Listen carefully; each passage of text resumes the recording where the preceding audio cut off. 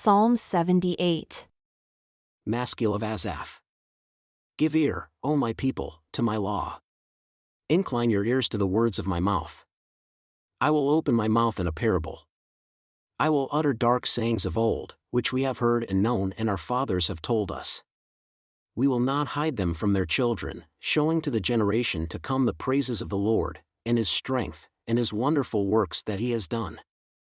For he established a testimony in Jacob and appointed a law in Israel, which he commanded our fathers that they should make them known to their children, that the generation to come might know them, even the children who should be born, who should arise and declare them to their children. That they might set their hope in God and not forget the works of God, but keep his commandments, and might not be as their fathers, a stubborn and rebellious generation, a generation that set not their heart aright and whose spirit was not steadfast with God. The children of Ephraim, being armed and carrying bows, turned back in the day of battle. They kept not the covenant of God, and refused to walk in his law, and forgot his works and his wonders that he had shown them. Marvelous things did he in the sight of their fathers in the land of Egypt, in the field of Zoan. He divided the sea and caused them to pass through, and he made the waters to stand as a heap. In the daytime also he led them with a cloud, and all the night with a light of fire. He cleaved the rocks in the wilderness and gave them drink as out of the great depths. He brought streams also out of the rock and caused waters to run down like rivers. And they sinned yet more against him by provoking the Most High in the wilderness. And they tested God in their heart by asking food for their lust. Yea, they spoke against God. They said, Can God furnish a table in the wilderness?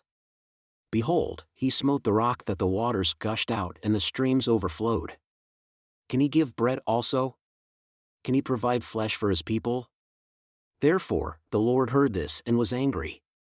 So a fire was kindled against Jacob, and anger also came up against Israel because they believed not in God and trusted not in his salvation, though he had commanded the clouds from above, and opened the doors of heaven, and had rained down manna upon them to eat, and had given them of the grain of heaven.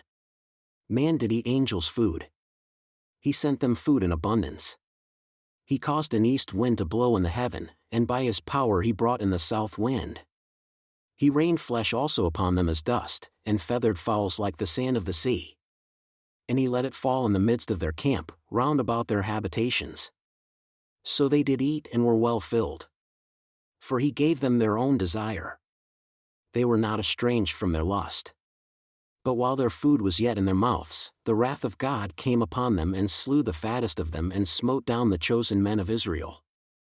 For all this, they sinned still and believed not for his wondrous works. Therefore, their days did he consume in vanity and their years in trouble. When he slew them, then they sought him, and they returned and inquired early after God, and they remembered that God was their rock and the high God their Redeemer. Nevertheless, they did flatter him with their mouth, and they lied unto him with their tongues. For their heart was not right with him, neither were they steadfast in his covenant. But he, being full of compassion, forgave their iniquity and destroyed them not. Yea, many a time he turned his anger away and did not stir up all his wrath, for he remembered that they were but flesh, a wind that passes away and comes not again. How oft did they provoke him in the wilderness and grieve him in the desert? Yea, they turned back and tested God and limited the Holy One of Israel.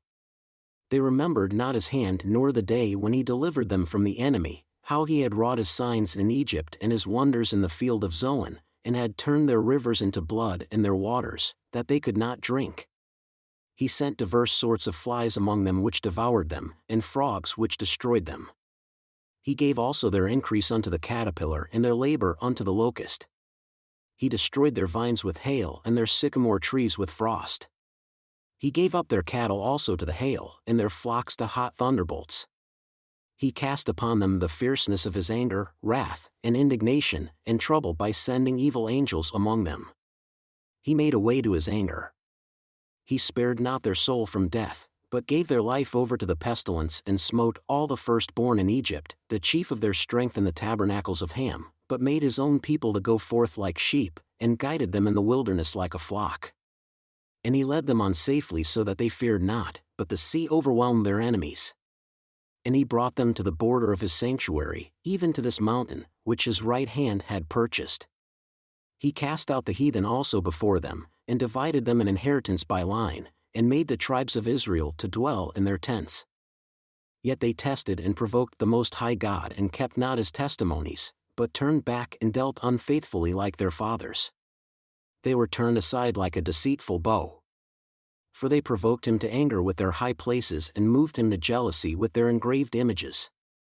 When God heard this, he was angry, and greatly abhorred Israel, so that he forsook the tabernacle of Shiloh, the tent which he placed among men, and delivered his strength into captivity and his glory into the enemy's hand.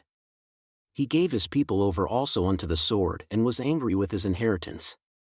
The fire consumed their young men, and their maidens were not given to marriage. Their priests fell by the sword, and their widows made no lamentation. Then the Lord awoke as one out of sleep, and like a mighty man that shouts by reason of wine, and he smote his enemies in the rear, he put them to a perpetual reproach. Moreover, he refused the tabernacle of Joseph and chose not the tribe of Ephraim, but chose the tribe of Judah, the Mount Zion, which he loved. And he built his sanctuary like high palaces, like the earth which he has established forever. He chose David also, his servant, and took him from the sheepfolds. From following the ewes great with young, he brought him to feed Jacob his people and Israel his inheritance. So he fed them according to the integrity of his heart and guided them by the skillfulness of his hands.